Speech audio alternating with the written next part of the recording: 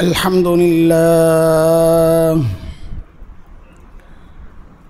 لله نحمده ونستعينه ونستغفره ونؤمن به ونتوكل عليه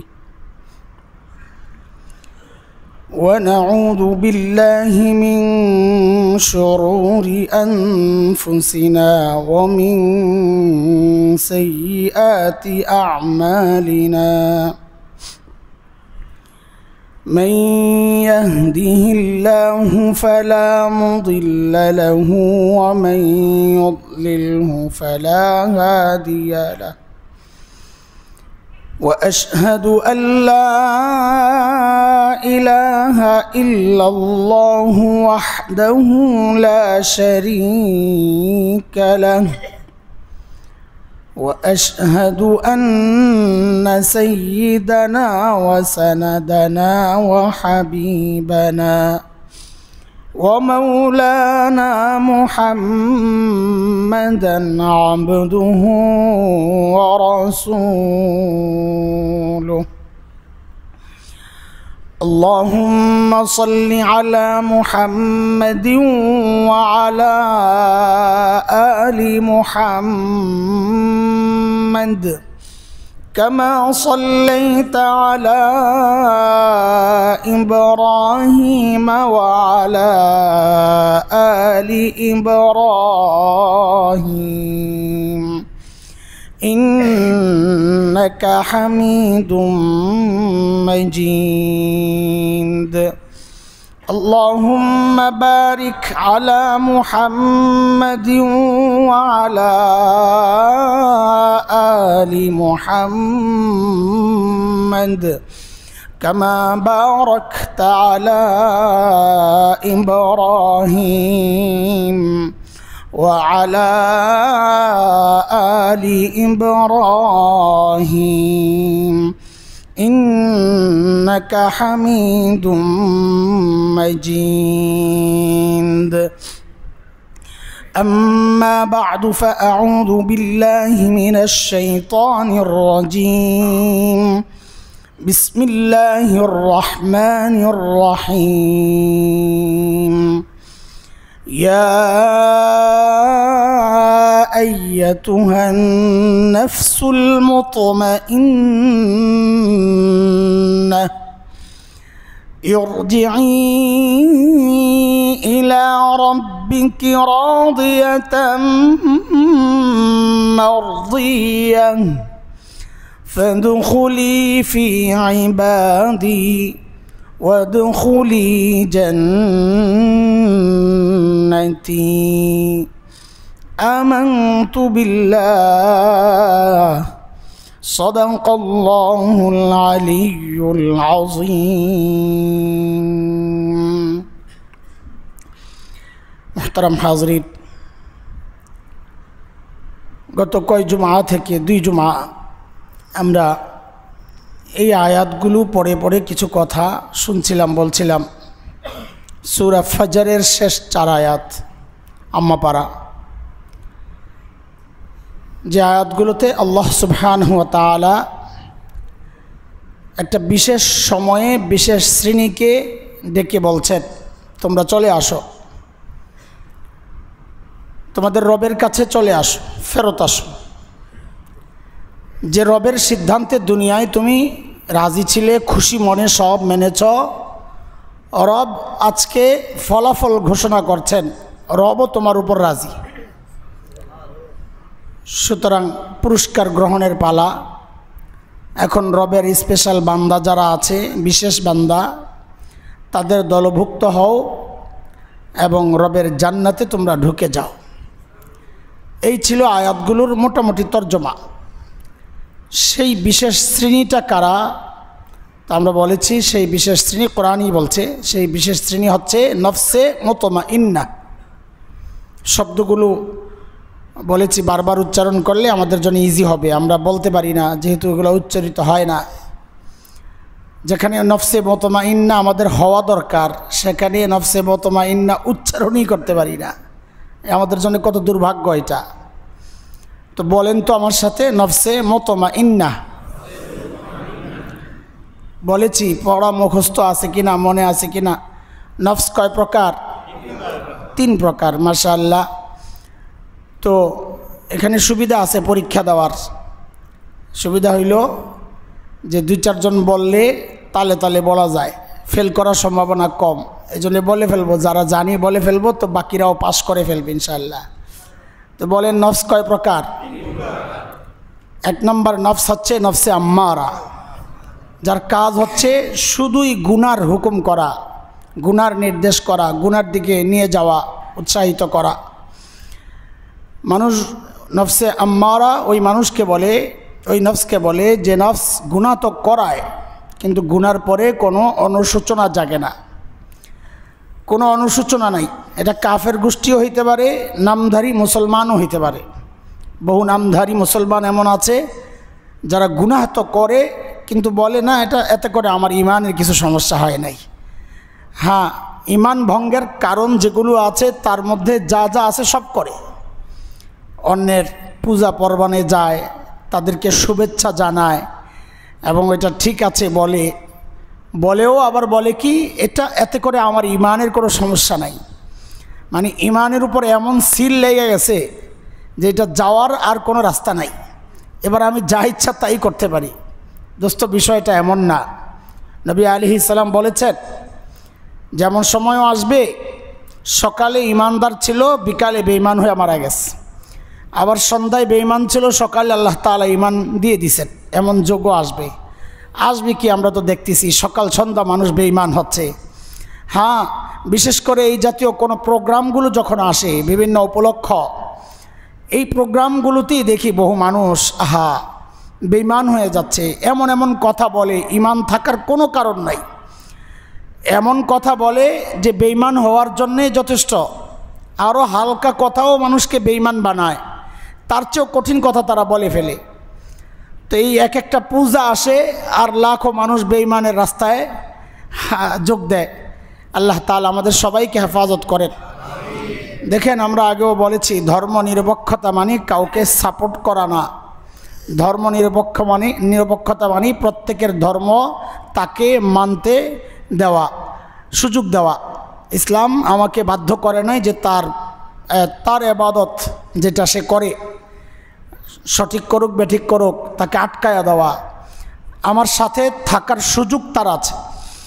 ইসলাম তলোয়ারের জোরে ছড়ায় নাই। এর বড় প্রমাণ তো এটাই যে ভিন্ন মতাবলম্বী যারা আছে, মতাবলম্বী যারা ভিন্ন ধর্মীয়, তারা ট্যাক্স দিয়া থাকতে পারে।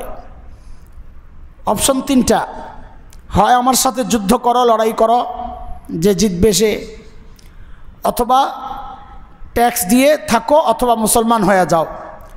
যদি এমন হইতো লড়াই করে আসো, লড়াই করি, অথবা মুসলমান হয়ে যাও, তাইলে বুঝতাম ইসলাম তলোয়ারের জোরে বাধ্যতামূলক কাউকে ইসলাম কবুল করানো হয়েছে। তৃতীয় আরেকটা অপশন থাকাটাই প্রমাণ করে কেউ দিন কবুল করতে বাধ্য না। সে রাষ্ট্রীয় আইন যেটা আছে এটা মানতে যেমন বাধ্য, কোথাও ইসলাম যদি প্রতিষ্ঠিত হয়ে যায় ইসলামী আইন মানবে সে। রাষ্ট্রে থাকলে রাষ্ট্রের আইন মানবে না, তো ইসলাম যদি ইসলামী রাষ্ট্র হয় তো রাষ্ট্রের আইন মানবে না সে। এটা দুনিয়ার সব জায়গায় চলে। আপনি দুনিয়ার কোন দেশ দেখাতে পারবেন যেই দেশে আপনি থাকবেন কিন্তু দেশের আইন মানবেন না? দুনিয়ার কোথায় আছে এটা?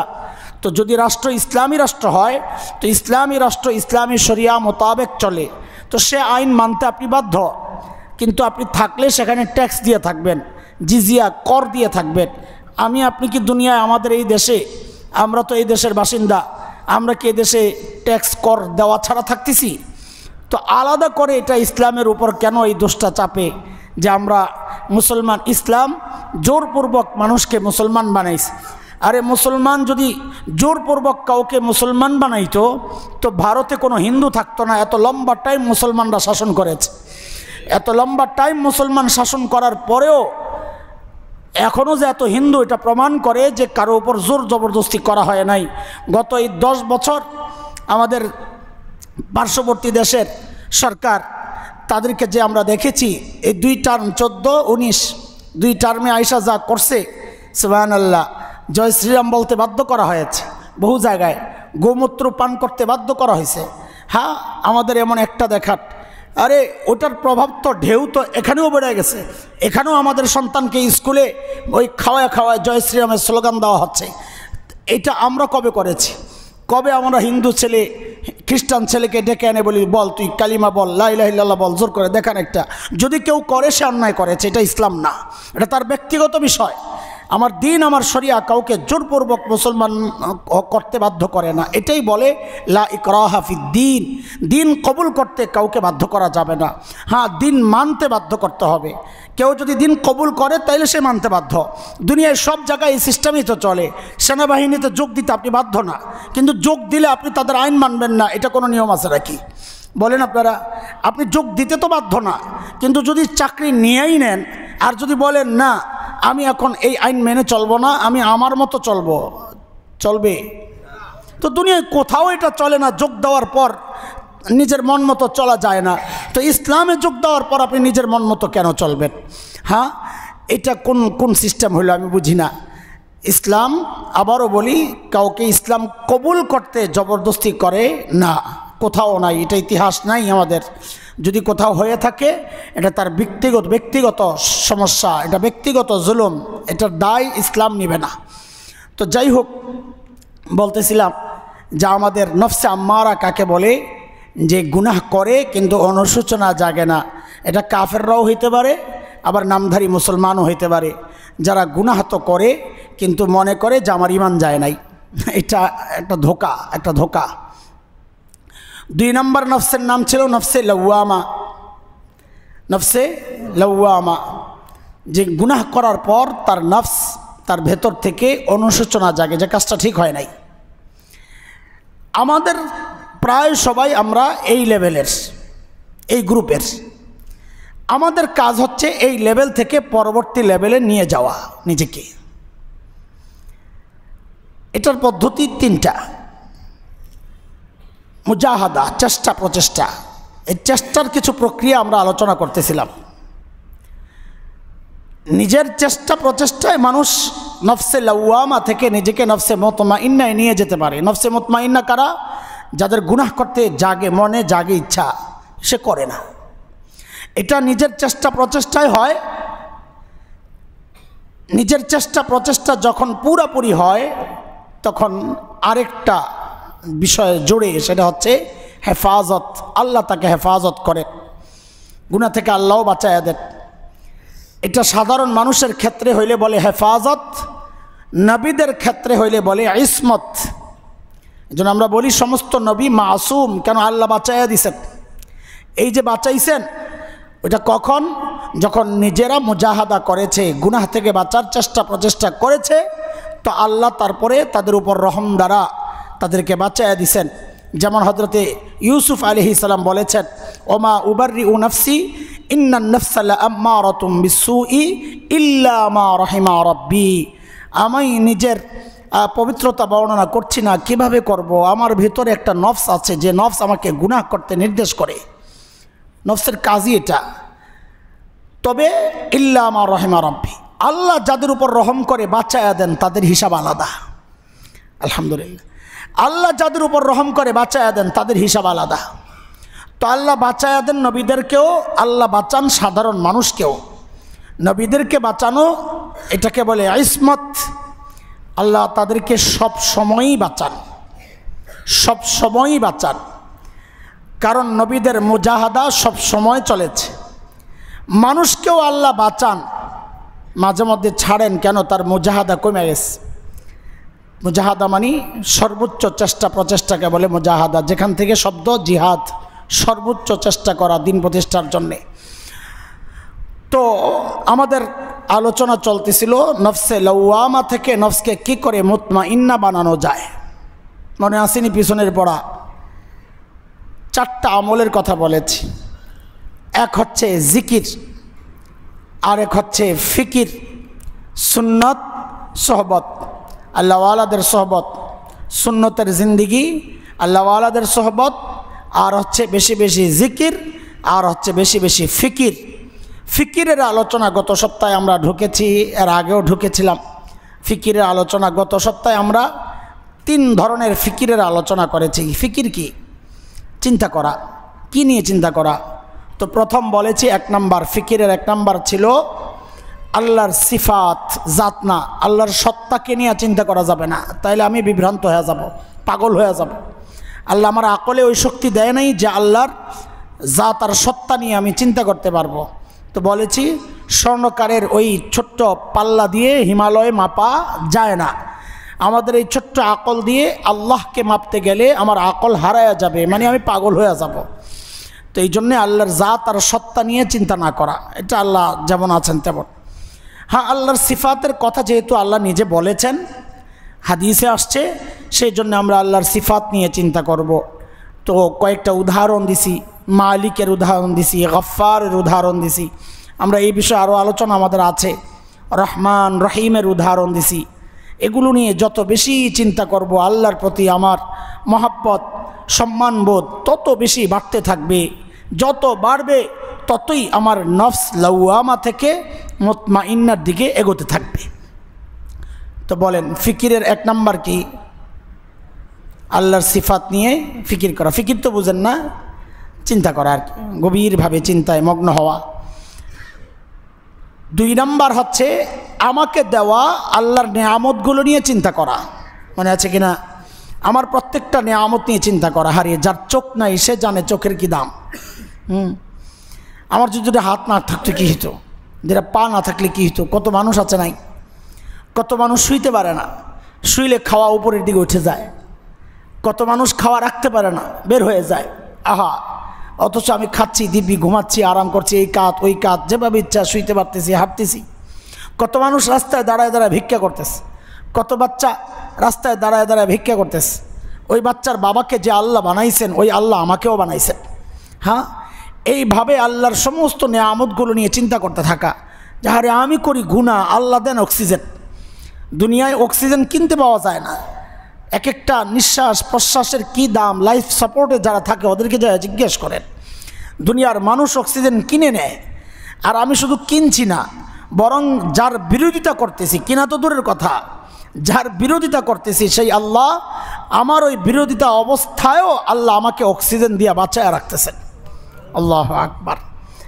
এইভাবে আল্লাহ তাআলার প্রত্যেকটা নেয়ামতের কথা চিন্তা করতে থাকা। তো আল্লাহর প্রতি আমার মহব্বত বাড়তে থাকবে ইনশাআল্লাহ তাআলা। যত বাড়বে ততই আমার নফসটা লাওয়ামার পজিশন থেকে কোথায় চলে যাবে? মুতমাইন্না। মুতমাইন্না, হ্যাঁ, বারবার স্মরণ করাইয়া দিই, নফসকে মুতমাইন্না কেন বানাতে হবে? যেন মৃত্যুর সময় আমি আল্লাহর ডাকের উপযুক্ত হইতে পারি। যে ডাকে আল্লাহ বলবেন, ও মুতমাইন নফস, তুমি আমার কাছে চলে আসো, কারণ এখন তোমার ঠিকানা জান্নাত। ওই ডাকের উপযুক্ত হওয়ার জন্যে শর্ত হচ্ছে নফসকে কি বানাইতে হবে?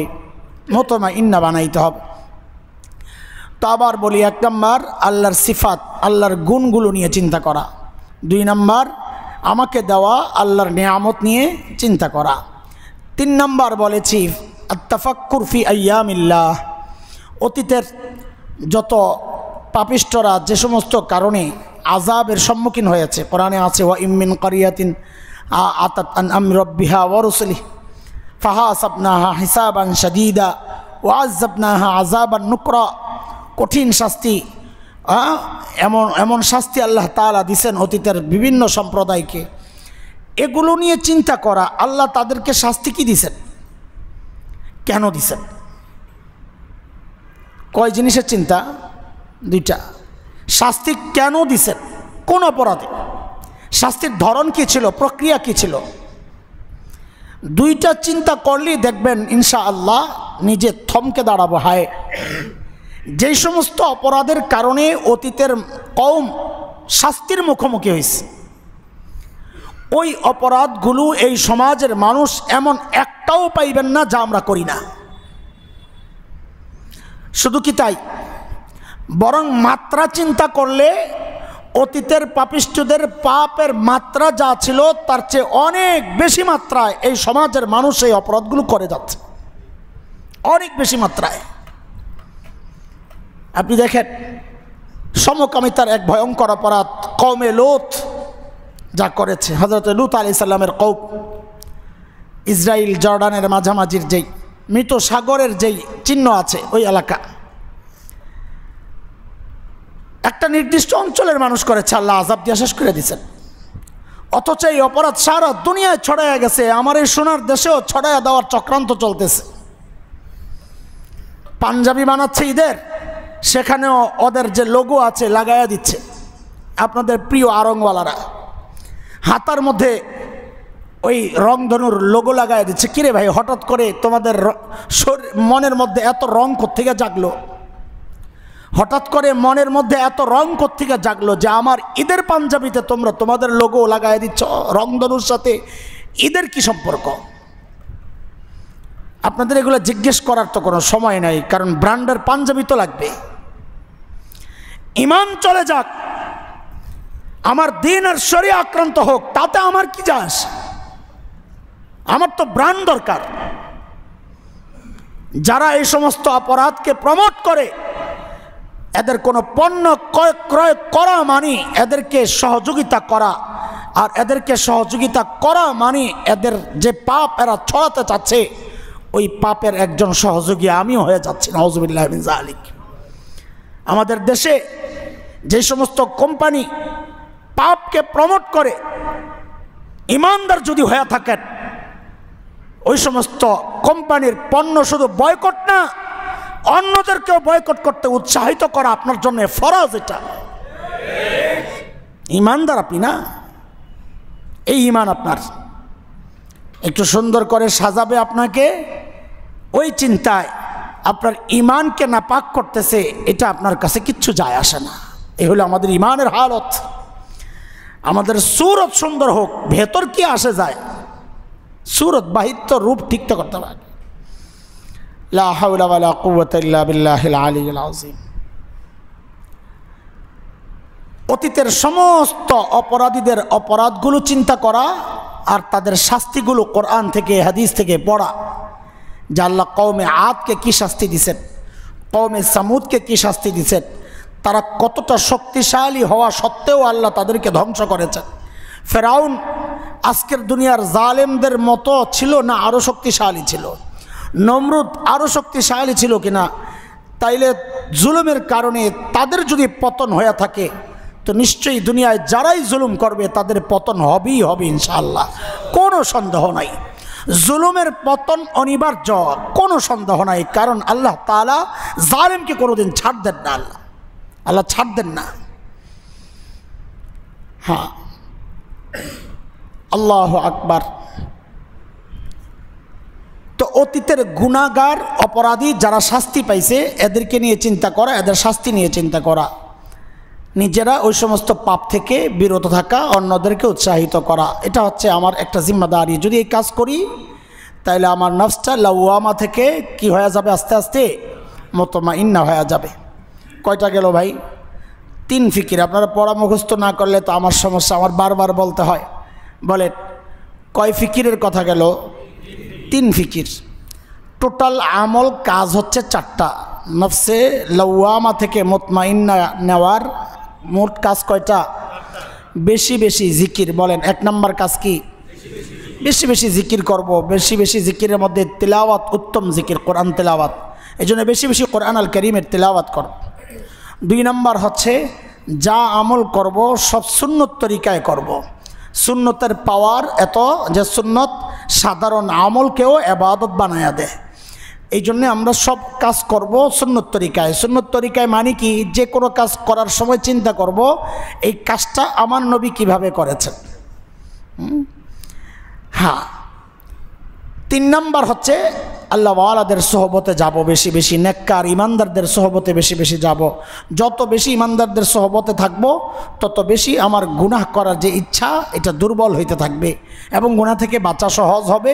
আমি থাকবো গুনাহমুক্ত ইনশাআল্লাহ তাআলা। নেককারদের ওখানে তো গুনাহ হয় না। এই ছোট্ট একটা মজলিসই দেখেন না, এখানে যারা আসছেন নেক আমল করার নিয়তে আসছেন না, এখানে গুনাহ চলতেছে। কেন চলতেছে না? এই নেককাররা পাশাপাশি থাকলে গুনাহ চলে না, হিসাব সোজা।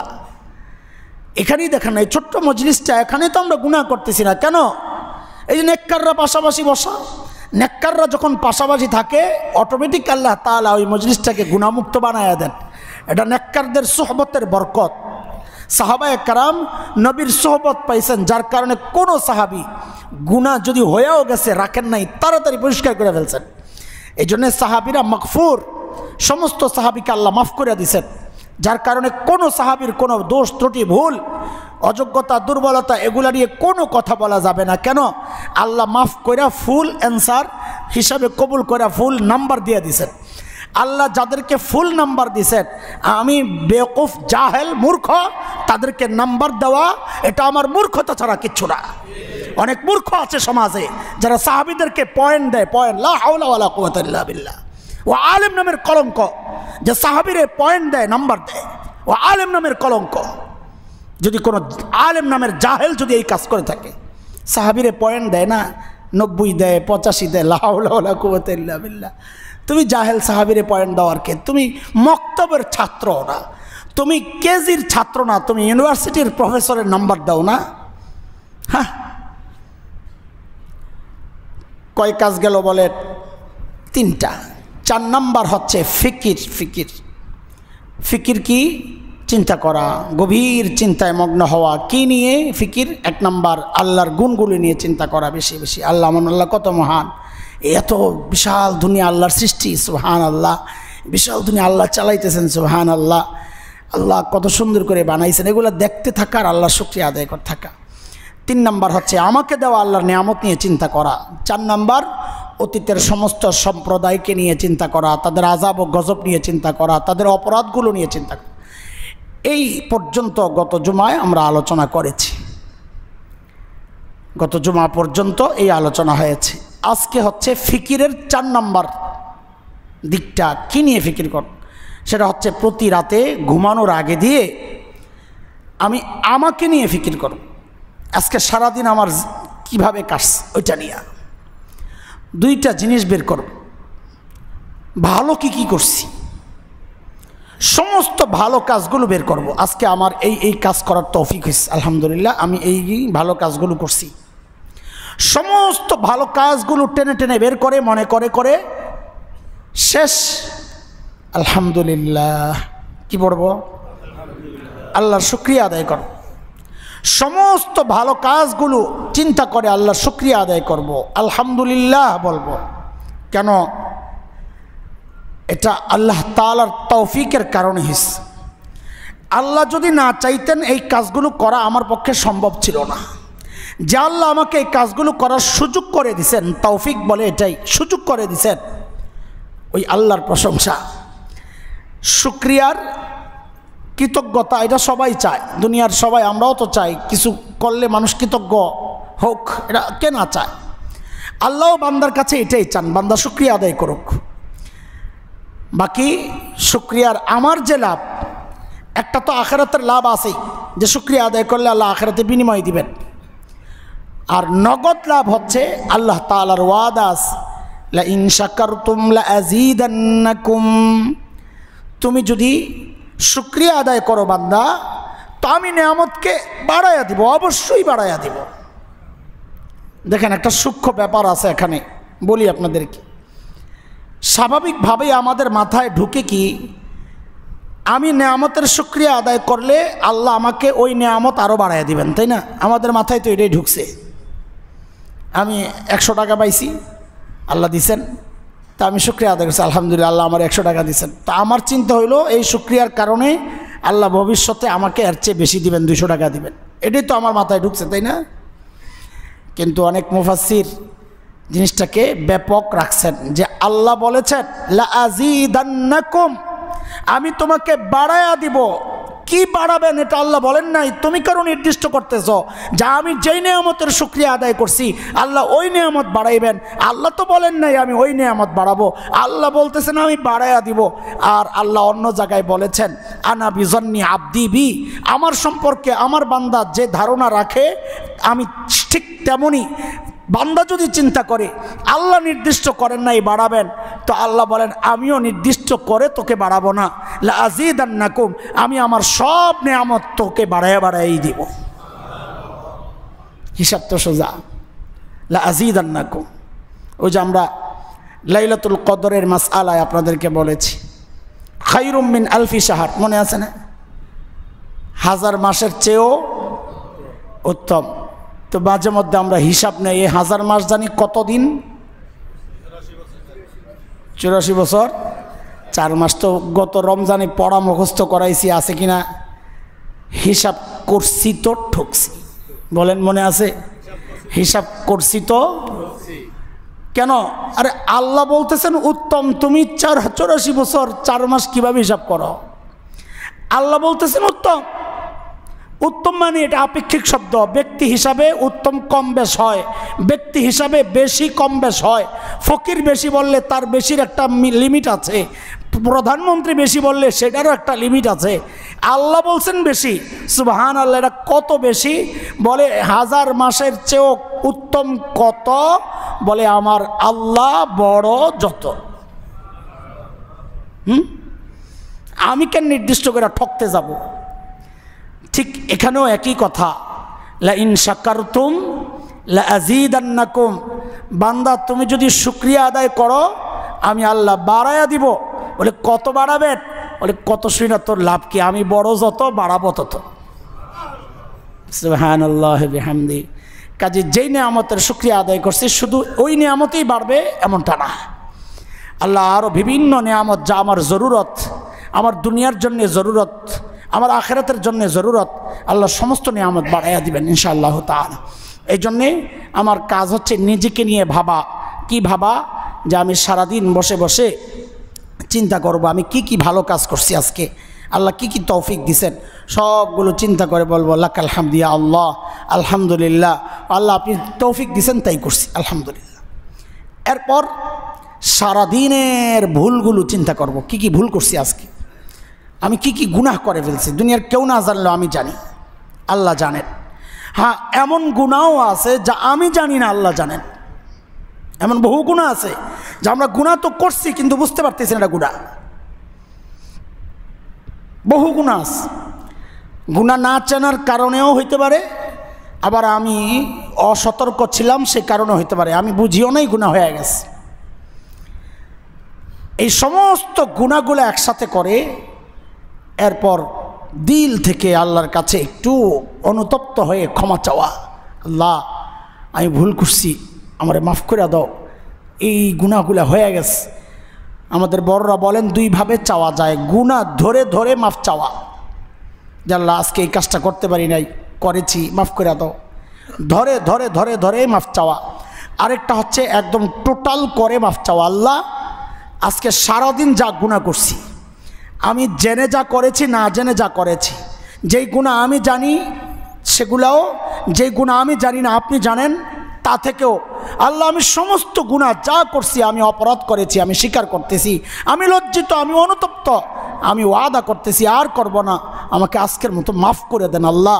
এইভাবে প্রতিদিন আমি মাফ চাইয়া নেব। তো এটাকেই বলে হাসিবু কবলা আন তুহাসাবু, নিজের হিসাব হওয়ার আগে আগে হাসরে আমার হিসাব তো হবে, ওই হাসরে আমার হিসাব হওয়ার আগে আগে দুনিয়ায় তুমি তোমার হিসাবটা নিজে নিজে করে নাও, নিজে করে নাও।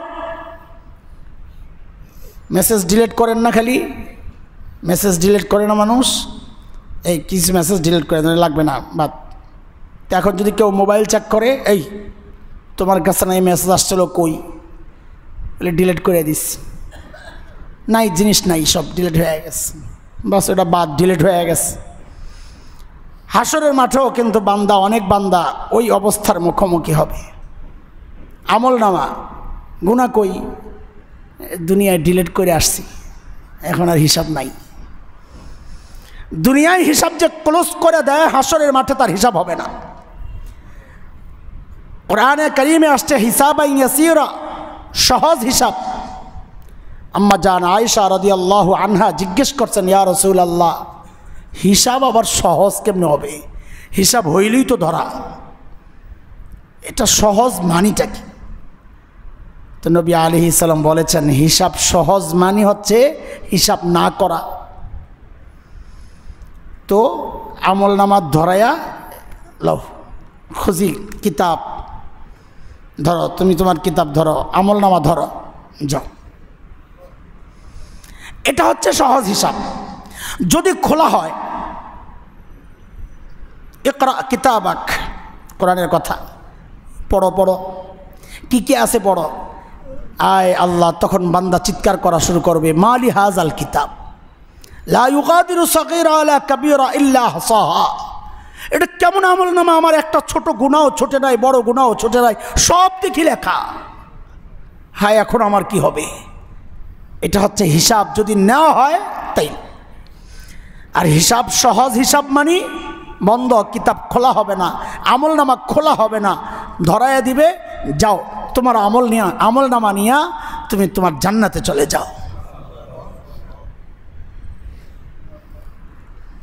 আল্লাহু আকবার। আল্লাহ আল্লাহ আমাদের সবার জন্য হিসাব ইয়াসিরা, সহজ হিসাব আমাদের সকলের জন্য কবুল করেন। ও ভাই, হিসাব সহজ কখন হবে?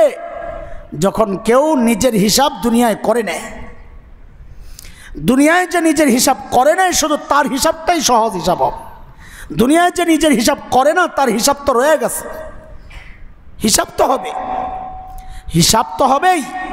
দুনিয়ায় করা হয়ে গেলে আর হবে না, করা না হইলে হবে, হিসাব সোজা। এই জন্যে আমার তৃতীয় চতুর্থ ফিকিরের নাম হচ্ছে, আমি নিজেকে নিয়ে ফিকির করব।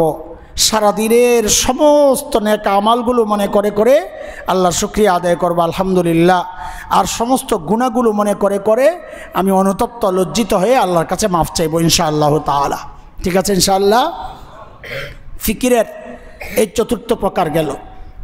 পঞ্চম প্রকার, ফিকিরের পঞ্চম প্রকার দেখেন, সেটা হচ্ছে, এটাকে বলে আত্তাফাক্কুর মা বাদাল মাউত। মৃত্যুর পরের জিন্দেগি নিয়ে ফিকির করা। এই জায়গায় আমাদের অনেক বেশি দুর্বলতা, অলসতা, অবহেলা, কারোর চিন্তা নাই। আপনারা এখানে, আমিও, আমারও হালতেই পরের জিন্দেগি নিয়ে কে চিন্তা করতেছি বলেন? কারো কোনো চিন্তা নাই। হ্যাঁ, আমার হাসর কি হবে? আল্লাহ না করুন যদি জাহান্নামে চলে যায়, আমার কি হবে?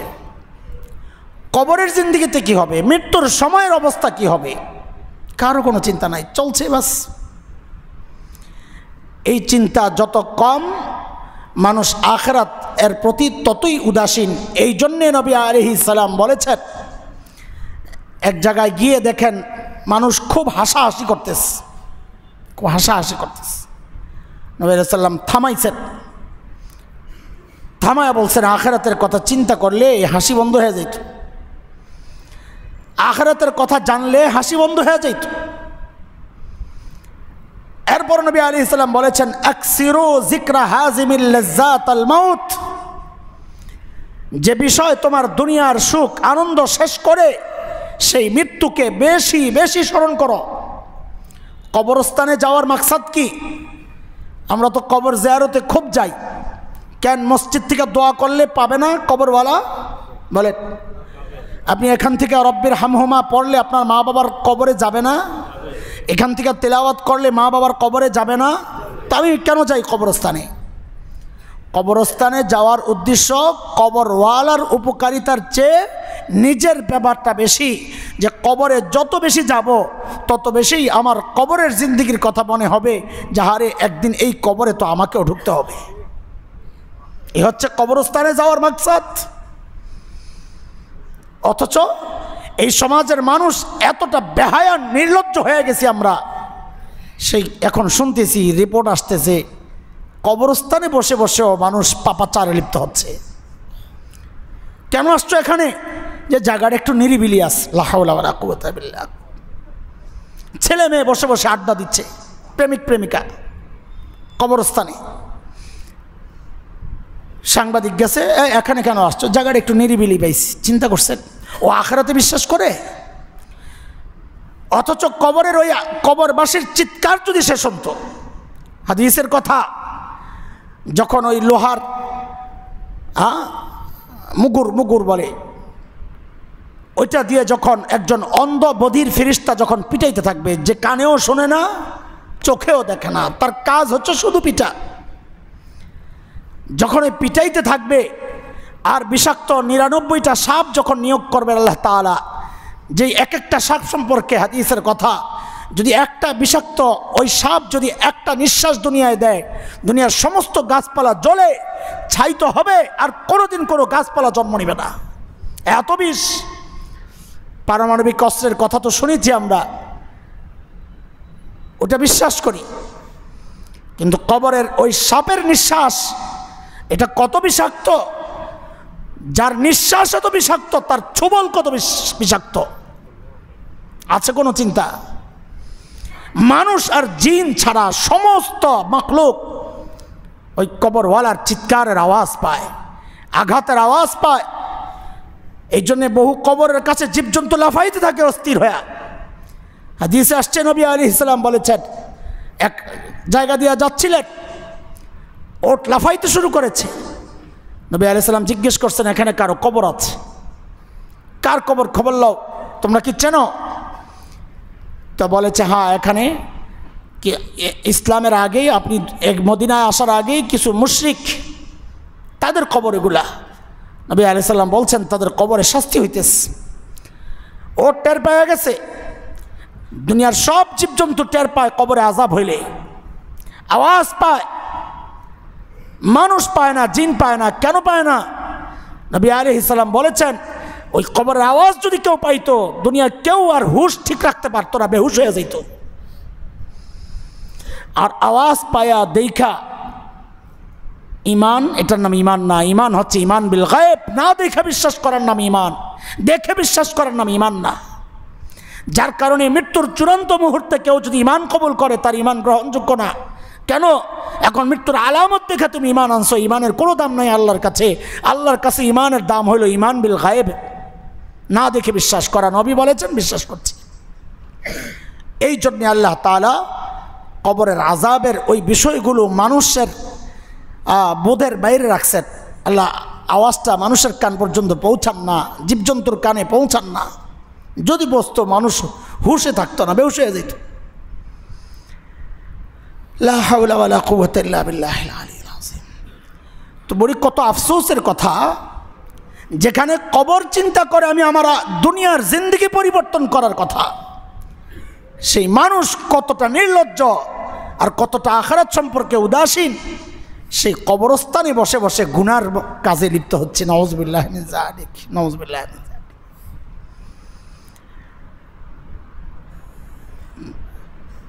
এরপরে হাসরের পেরেশানি রয়ে গেছে। কি অবস্থা বলেন? উলঙ্গ সব দৌড়াচ্ছে, কারো কোনো খবর নাই, মা বাবা চিনে না, সন্তান চিনে না। হ্যাঁ, ইয়াউমা ইয়াফিরুল মারউ মিন আখিহি ওয়া উম্মিহি ওয়া আবি ওয়া সাহিবাতিহি ওয়া বানি। বিবি চিনবে না, সন্তান চিনবে না, মা বাবা চিনবে না, সব দৌড়াচ্ছে, পেরেশান। সূর্য মাথার উপর, এখন একটু রোদ, কত দূরে সূর্য সইতে পারি না, পেরেশান হয়ে গেছি মাথার উপর। তখন অবস্থা কি হবে? মগজগুলো যখন পানির মতো এরকম ঢেউ খেলবে, ঢেউ, ঘামের মধ্যে আমরা বিচরণ করতে থাকবো। কি অবস্থা তখন হাসরের! হায়, কারো কোনো চিন্তা আছে?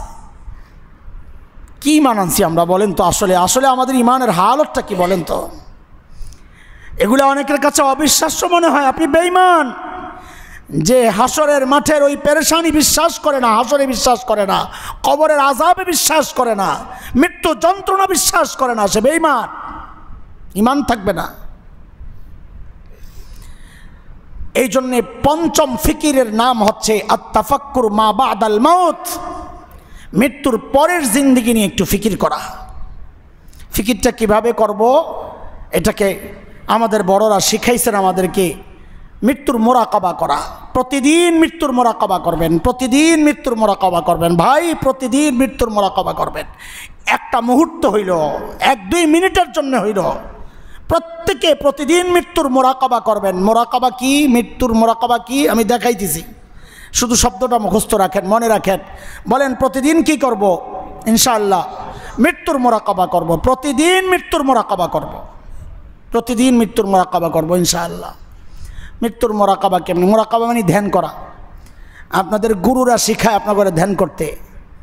আহা, এই ধ্যান করা দরকার। এগুলা যদি ধ্যান করেন তো এগুলা করেন, গুরুজির ধ্যানে যায়েন না, ইমান হারা হবেন। যে গুরুর নিজের ঈমান আমল ঠিক নাই, তার কর্মপন্থা পদ্ধতি কোথাও না কোথাও গলত আছে, ঈমান বিরোধী, কেন যাবেন? আপনার কাছে আল্লাহওয়ালা, কোরআন সহি, হাদিস সহি, এগুলা সহি বুঝনেওয়ালা, পড়নেওয়ালা আলেম থাকতে যার কাছে কোরআন হাদিসের এলেম নাই, সেই গুরুর কাছে আপনি কেন যাবেন? আশ্চর্য কথা। দুনিয়ার সবাই যোগ্য মানুষ খুঁজে, আর আমরা ঘুরে ঘুরে ধরে ধরে বাটপার জাহেল মূর্খদের কাছে যাই নিজের ঈমান বিক্রি করার জন্যে। মৃত্যুর মোরাকাবা কেমনে করে? ঘরের মধ্যে যদি নিরিবিলি পরিবেশ না থাকে, আলাদা করে এরকম একটু বসার মতো জায়গা যদি না থাকে, তো ঈশান নামাজের পর মসজিদেই কিছুক্ষণ অবস্থান করেন না। মসজিদে কিছুক্ষণ অবস্থান করে চুপচাপ এক কোণায় বসে বসে চোখ বন্ধ করেন। ঘরের মধ্যে সুযোগ থাকলে একটা রুমের মধ্যে আলাদা একটু লাইটটা বন্ধ করে একা একটা নীরব অবস্থা তৈরি করে চুপচাপ বসে যান, চোখ বন্ধ করেন। এরপরে নিজের মৃত্যুর বিষয়গুলো কল্পনা করতে থাকেন, একদম মৃত্যুর আগের অবস্থা, মৃত্যুর সময়ের অবস্থা, মৃত্যুর পরের অবস্থা, কবরে রাখার প্রথম অবস্থা, এই পর্যন্ত একটু কল্পনা করেন আর চিন্তা করতে থাকেন। আল্লাহর কসম খায়া বলি, প্রতিদিন এই প্র্যাকটিসটা করলে ইনশাআল্লাহ তার দিল থেকে দুনিয়ার মোহ, দুনিয়ার ভালোবাসা, আকর্ষণ যেতে বাধ্য। আখিরাতের প্রস্তুতি নেওয়ার জন্যে যে মানসিকতা দরকার, সেই মানসিকতা তার তৈরি হবেই হবে, তার নফস মুতমাইন্না ইনশাআল্লাহ হয়ে যাবে। মৃত্যুর মোরাকাবা, চোখ বন্ধ করেন আর কল্পনা করতে থাকেন, আমি শুয়ে আছি, জীবন সায়ান্নে আছি, জীবনের শেষ সময়গুলো পার করতেছি, আমার মৃত্যু চলে আসছে। আপনজনরা চারপাশে, যাদের সন্তান আছে সন্তানের চেহারাটা বেশি কল্পনা করি, যাদের সন্তান নাই মা বাবা আছে মা বাবার চেহারা বেশি কল্পনা করি, কারণ আপনজন হারানোর ব্যথা সবচেয়ে বেশি এই দুই গ্রুপ পায়। বাবা মা পান সন্তান চলে গেলে, সন্তান পান বাবা মা চলে গেলে, এই জন্য এই দুই গ্রুপের চিন্তা আমরা বেশি করি যদি থাকে। সন্তানের চেহারা, বিবির চেহারা, মা বাবার চেহারা কল্পনা করি, মা বাবা না থাকলে নিজের সন্তানের কথা চিন্তা করি, আপনজনের কথা চিন্তা করি, যে আমি শুয়ে আছি লম্বা হয়ে, চারদিক থেকে আমার আপনজন আমাকে ঘিরে আছে, কেউ কান্না করতেছে, কেউ আমার শরীর ধরে ধরে আফসোস করতেছে, হায় হায় কী অবস্থা, কেউ মাথায় হাত বুলাইতেছে, আমি কিচ্ছু বলতে পারতেছি না। এর মধ্যেই মালাকুল মউত চলে আসছে ঘরে, হায় আল্লাহর হুকুমে মালাকুল মউত আমার রূহ কবজ করা শুরু করছে। আঙ্গুলের মাথাগুলো ধীরে ধীরে সাদা হয়ে যাচ্ছে, আস্তে আস্তে রূহ আস্তে আস্তে শরীর থেকে বের হয়ে যাচ্ছে। অসহ্য যন্ত্রণা, আমার হাঁটুতে হাঁটুতে আঘাত করা, অলতাফাত ইসাক বিসাক, আঘাত শুরু হয়ে গেছে। মৃত্যু যন্ত্রণায় অস্থির কাতরাচ্ছি, চিৎকার করছি, কেউ শুনতে পাচ্ছে না। আমার আশপাশ ওয়ালারাও বুঝতে পারতেছে আমার জীবনের শেষ সময়টা যাচ্ছে, সাকারাতুল মাউত চলতেছে, মৃত্যুর চূড়ান্ত মুহূর্ত চলতেছে। তারা কাঁদতেছে, বাচ্চাগুলো বলতেছে আব্বা আব্বা কথা বলো না কেন, বিবি বলতেছে ওগো তুমি কথা বলো না কেন, মা বাবা কাঁদতেছে, ওরে বাবা তুই কথা বলিস না কেন। কারোর সাথে কথার জবাব আমি দিতে পারছি না, আমি তো শুনতে পারছি। ধীরে ধীরে আমার রূহ যখন বের হয়ে যায়, সবাই চিৎকার করে কাঁদতেছে, বাচ্চাগুলো আব্বা আব্বা বলে চিৎকার করতেছে, বিবি চিৎকার করতেছে, মা বাবা চিৎকার করতেছেন, সবাই কান্না করতেছে। আমি তো শুনতেছি কিন্তু জবাব দিতে পারছি না। একটা সময় দেখা গেল আমার লাশটা বের করা হচ্ছে, গোসলখানায় নেওয়া হচ্ছে। আমি জিজ্ঞেস করতেছি আমাকে কোথায় নিয়ে যাচ্ছ, কেউ কথা বলতেছে না। আমাকে গোসল করানো হচ্ছে, আমি জিজ্ঞেস করতেছি কেন এইভাবে গোসল করাইতেছ, কেউ কথা বলে না। আমাকে সাদা কাপড়ে মোড়ানো হচ্ছে, আমি জিজ্ঞেস করতেছি এরে ভাই এই কাপড়ে আমাকে কেন মোড়াচ্ছ, কেউ কথা বলে না। আমাকে গোসল করায়া কাফন পরায়া আমাকে ওই নির্দিষ্ট খাটিয়ার মধ্যে শোয়া দেওয়া হয়েছে, জিজ্ঞেস করতেছি আমার বিছানায় কেন নয়, এখনও কেন শোয়াইলা, কেউ কথা বলে না। হায় আপনজন কাঁধে নিয়েছে খাটিয়া, আমাকে জানাজার জায়গার দিকে নিয়ে যাবে, ঘর থেকে লাশ বের হচ্ছে, দরজার আড়াল থেকে বিবি শেষবারের মতো তাকায়া আছে, মা তাকায়া আছে, ছোট্ট ছোট্ট বাচ্চারা দরজায় দাঁড়ায়া বাবা বাবা বলে চিৎকার করতেছে। আমি কোনো জবাব দিতে পারতেছি না, চলছে, লাশ জানাজা যেখানে হবে সেই মাঠের দিকে, মাঠে রাখা হয়েছে। একজন দাঁড়ায় গেছেন ইমাম জানাজা পড়ানোর জন্যে। আমি জিজ্ঞেস করতেছি, আপনারা কেন আমার এইভাবে নামাজ পড়তেছেন, কেন আমি পড়তে পারতেছি না? কেউ কথা বলতেছে না, যে যার মতো কাজ করতেছে। জানাজা শেষ, এখন লাশ কাঁধে উঠাইয়া আমাকে কবরের দিকে নিয়ে যাওয়া হচ্ছে। আমি চিৎকার করতেছি, আরে তোমরা আমাকে ঘরে না নিয়া কোথায় নিয়ে যাচ্ছ? কেউ কথা বলে না। কবর খোদা হয়ে গেছে ইতিমধ্যেই, দুইজন কবরে নেমেছে, উপর থেকে আমাকে কবরে রাখা হচ্ছে। আমি চিৎকার করতেছি, আরে আমাকে কোথায় নামাচ্ছ? কেউ কথা বলে না।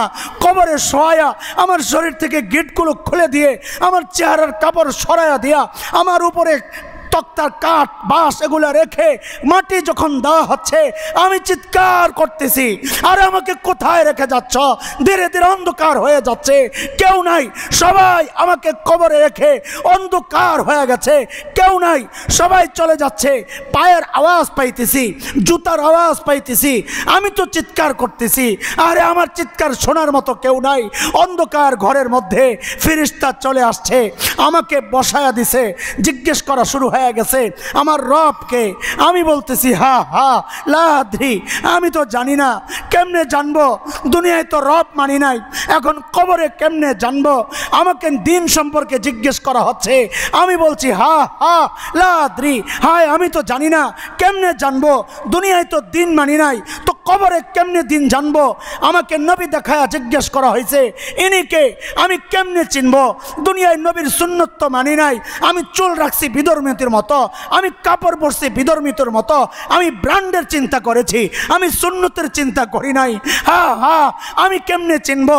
যেই জবাব দিতে পারলাম না, এমনি ওই ফেরেশতা, অন্ধ ফেরেশতা, হাদিসের কথা, একজন অন্ধ ফেরেশতা নিয়োগ হবে যে কানেও শোনে না, চোখেও দেখে না, লোহার গুরমুজ নিয়ে, ওই লোহার মুগুর নিয়ে যেই আঘাত করা শুরু করবে, দুনিয়ার সবাই শুনবে আঘাত। আমি চিৎকার করব, চারদিক থেকে কিলবিল করে বিষাক্ত সাপগুলো যখন বের হতে থাকবে,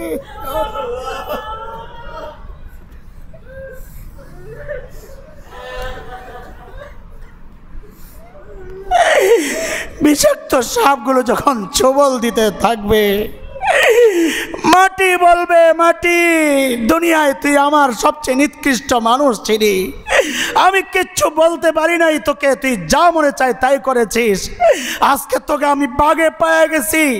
এমন চাপ দিবে, আল্লাহর হাবিব দেখাইছেন, এক হাত আর এক হাতের মধ্যে ঢুকায়া, যে পাঁজরের হাড়গুলো এক পাশের হাড় আর এক পাশের ভিতরে এইভাবে ঢুকে যাবে।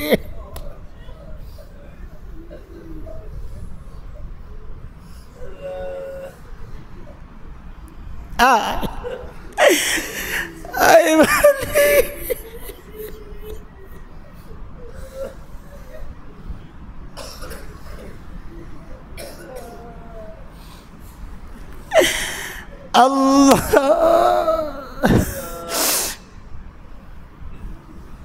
আল্লাহ কবরের আযাব থেকে মাফ চাই, আল্লাহ মৃত্যু যন্ত্রণা থেকে মাফ চাই।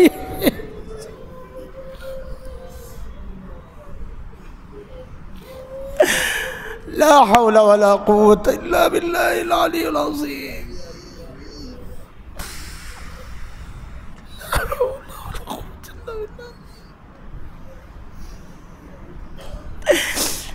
হায় মৃত্যুর সময় নবী আলাইহিস সালাম কত কষ্ট পাইছেন। আম্মা জানের বুকের মধ্যে মাথা, আম্মা জান বলেন কত কষ্ট হয়েছে নবীর। নবীর কষ্ট যদি হয় তো আমাদের কি অবস্থা হবে?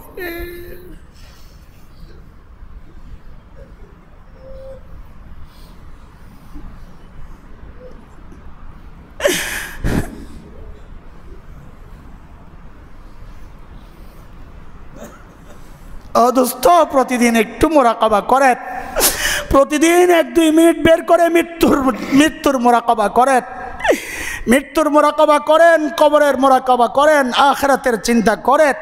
আল্লাহর কসম দিল এমন থাকবে না, দিল লাওয়ামা থাকবে না, গুনাহ করার পর অনুশোচনা জাগার পর্যায়ে থাকবে না। ইনশাআল্লাহ ইনশাআল্লাহ দিল গুনাহমুক্ত হওয়ার জন্যে, গুনাহ থেকে নিজেকে বাঁচানোর জন্যে দিল যেই মানসিকতা থাকা দরকার আল্লাহ তাআলা ওই রকম মানসিকতা আমার মধ্যে দিয়ে দিবেন ইনশাআল্লাহ। আমার দিল, আমার নফস মুতমাইন্না হয়ে যাবে ইনশাআল্লাহ তাআলা।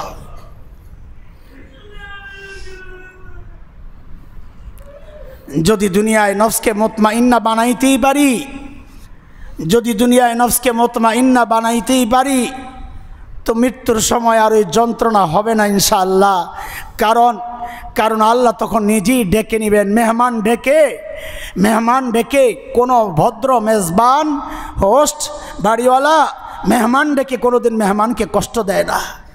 মেহমান ডেকে কেউ মেহমানকে কষ্ট দেয় না। আল্লাহ মেহমান ডাকতেছেন, ইয়া আইয়াতুহান নাফসুল মুতমাইন্নাহ, ও মুতমাইন নফস ইরজিই, ফেরত চলে আসো। তুমি দুনিয়ায় তোমার থাকার জায়গা না। হ্যাঁ, আমি তোমার জন্য স্পেশাল জায়গা রাখছি। কেন? কারণ দুনিয়ায় তুমি আমার সন্তুষ্টি মতো চলেছ, মারদিয়া, আমিও তোমার উপর রাজি। ফেরেশতারা কারাকারি লেগে যাবে তার রূহ নেওয়ার জন্যে, উপরে নিয়ে যাবে, সুঘ্রাণ বের হইতে থাকবে, কবরে রাখবে, কবর বলতে থাকবে, দুনিয়ায় তোমার চেয়ে আমার প্রিয় মানুষ কে ছিল, আমি তোমার কোনো খেদমত করতে পারি নাই, আজকে আসছো। আল্লাহর হাবিব সাল্লাল্লাহু আলাইহি সাল্লাম বলেন, তখন কবরটা দৃষ্টি সীমা পর্যন্ত প্রশস্ত হয়ে যাবে।